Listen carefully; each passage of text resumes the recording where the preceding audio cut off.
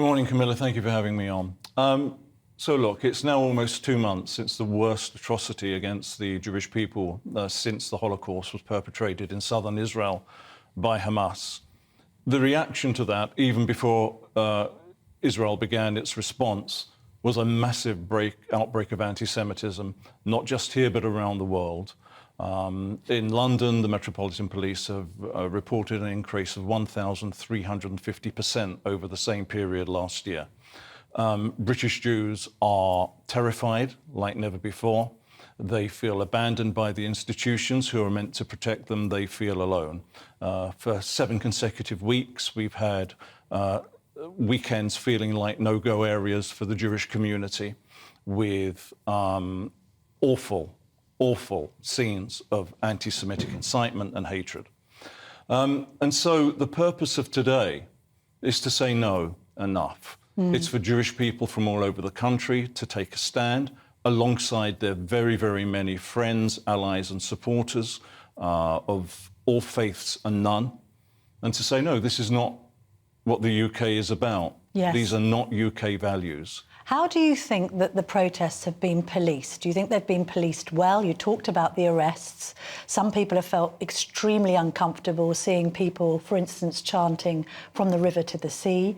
There's a lot of people who are marching, of course, who are trying to do it in a peaceful way, who aren't being anti-Semitic at all. What's your evaluation of what we've seen in recent weeks on the streets of London?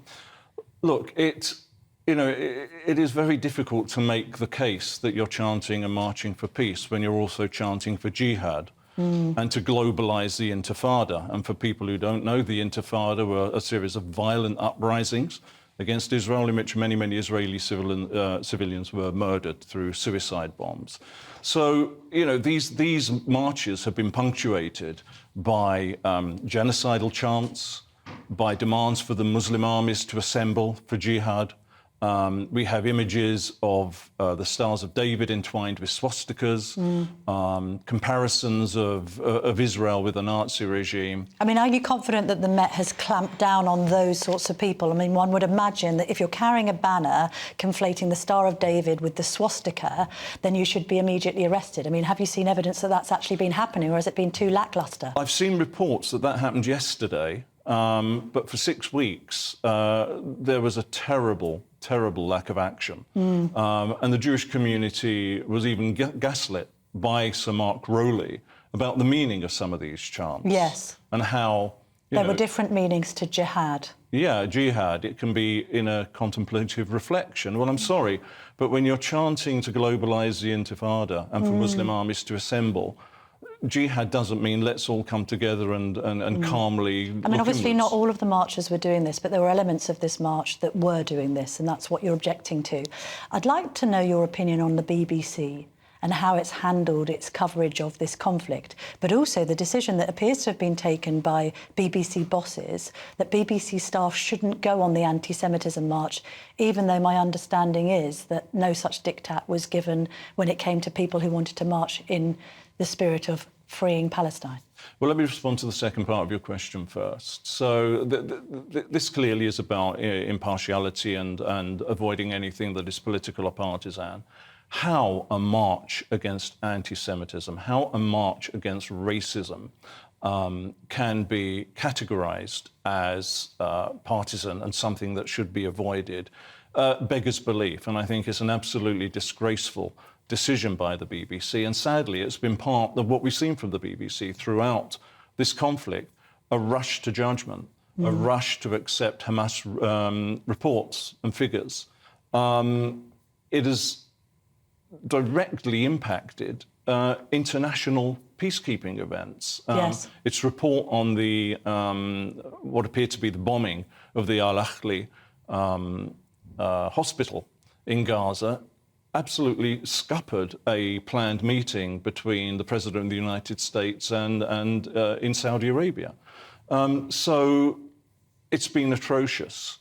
And yesterday, a video was released of an interview with Jeremy Bowen, who acknowledged that his reporting had at times been inaccurate and sat there and said, no, I don't regret it. I don't think I've got anything to apologise for. It's scandalous. I mean, obviously, he's not here to defend himself from that, but that is what he said. What's also your reaction to some of Gary Lineker's tweets? He tweeted a video in which somebody was describing Israel as having perpetrated a genocide. He retweeted that video. Well, I think it's an indication of how celebrity can lead people into thinking that they're qualified to comment on incredibly complex matters. I mean, should he be sanctioned by the BBC for that? Well, the BBC has a policy on this now, and they need to determine whether or not he's within that policy or whether he has brought them into disrepute.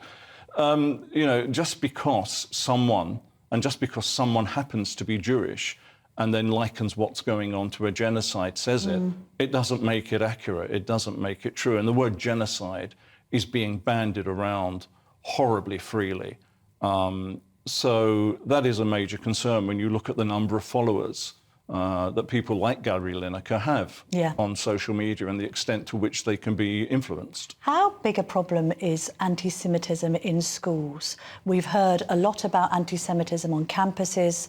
I know that 500 alumni, for instance, from University College London wrote to the Vice-Chancellor and complained about what it perceived to be anti-Semitism on campus. But we've also heard reports of Jew hate in playgrounds.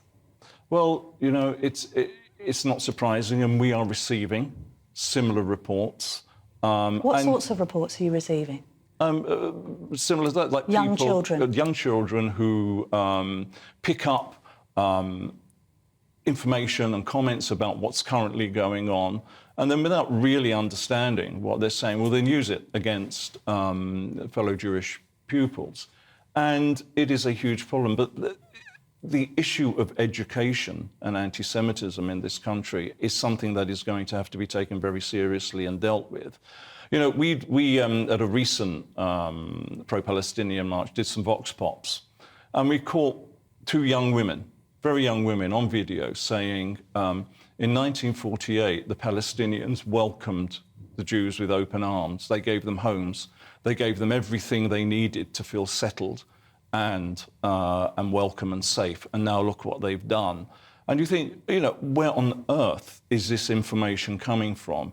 What is education doing in this country to ensure that these narratives are corrected? That should just be common general knowledge. But do you also worry about social media? I noted that the actor and comedian Sacha Baron Cohen spoke out in the week against TikTok and said that TikTok was poisoning the minds of a generation against Jews. Do you agree with that? What can the government do about that, do you think? What should they do?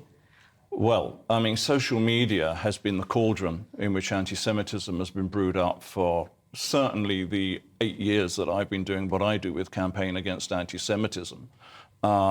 It enables views that people would previously once have only been able to express in the privacy of their own home or in the corner of a bar, for them to come together as a constituency and get hateful messages out to God knows how many people in the blink of an eye.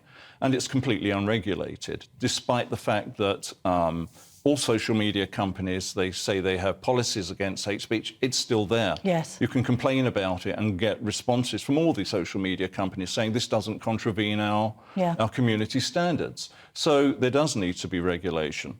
And we hope that the Online Harms Bill will actually go some way to addressing this. But it is like the Wild West. It is a cauldron of hatred out there on occasion.